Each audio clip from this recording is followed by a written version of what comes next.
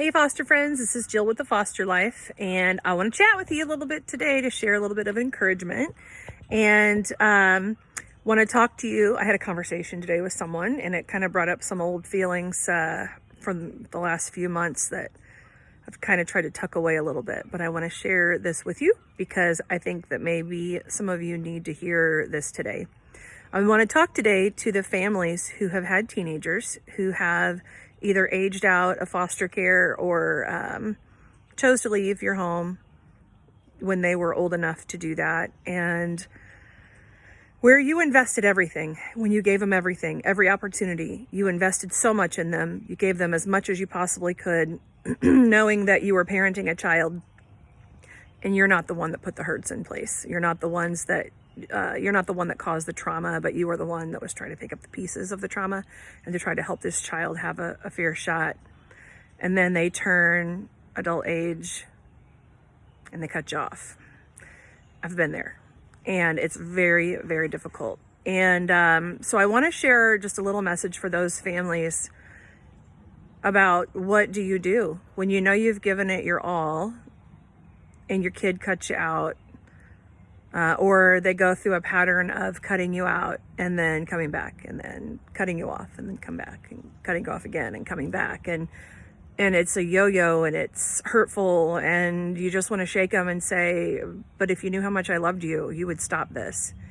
So for those families, and you know you've given it your all, what I want to say to you is something that I've had to learn the hard way. And I've walked through this fire, and I have friends who are walking through this fire right now. And what I want to say to you is, I know it hurts. And I know that you're grieving. And I have felt that. I know what it feels like when your kid chooses substances. I know what it feels like when your kid is in jail. I know what it feels like when they break hearts, all the hearts around them. And I know the helplessness of, you can't do anything to fix their trauma. You can't make it go away. It's never going to go away. You can't take it away. All you can do is step up to the plate when they need you. I know what it feels like to feel like you failed, but you didn't. I didn't fail.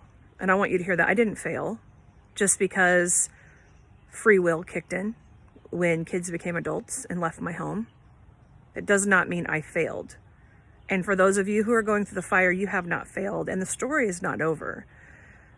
We have to give our kids time to let their brains heal and let their brains grow into adulthood.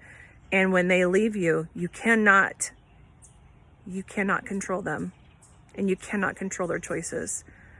And if you stepped up to the plate when that kid came to your home in foster care as a teenager, you stepped up to the plate when nobody else did, and you said yes when nobody else did,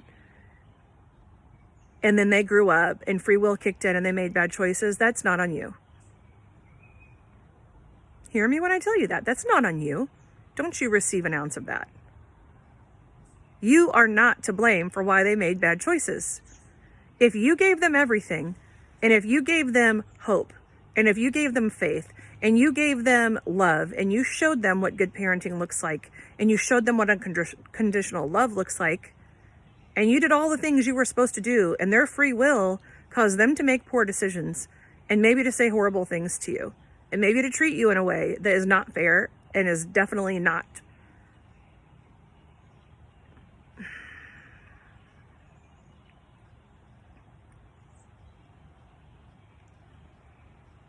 It's not deserved.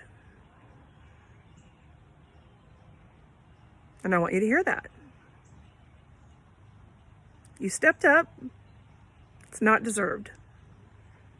You did good. So I'm sharing this with my friends because I know you and I love you. And I know you're going through the fire, and I've been going through the fire for a while too. You do not deserve an ounce of what is happening.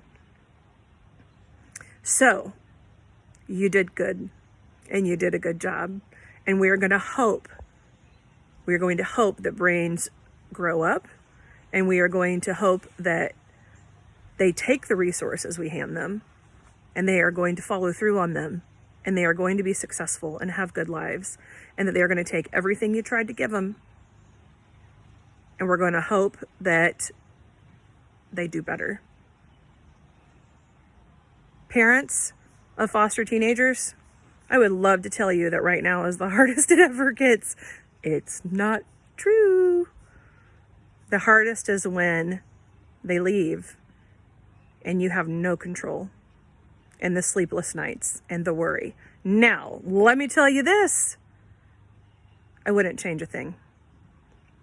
If I could go back in time, and if I could not take that kid into my home, I would not do that. I would still do that. I would still take that kid into my home.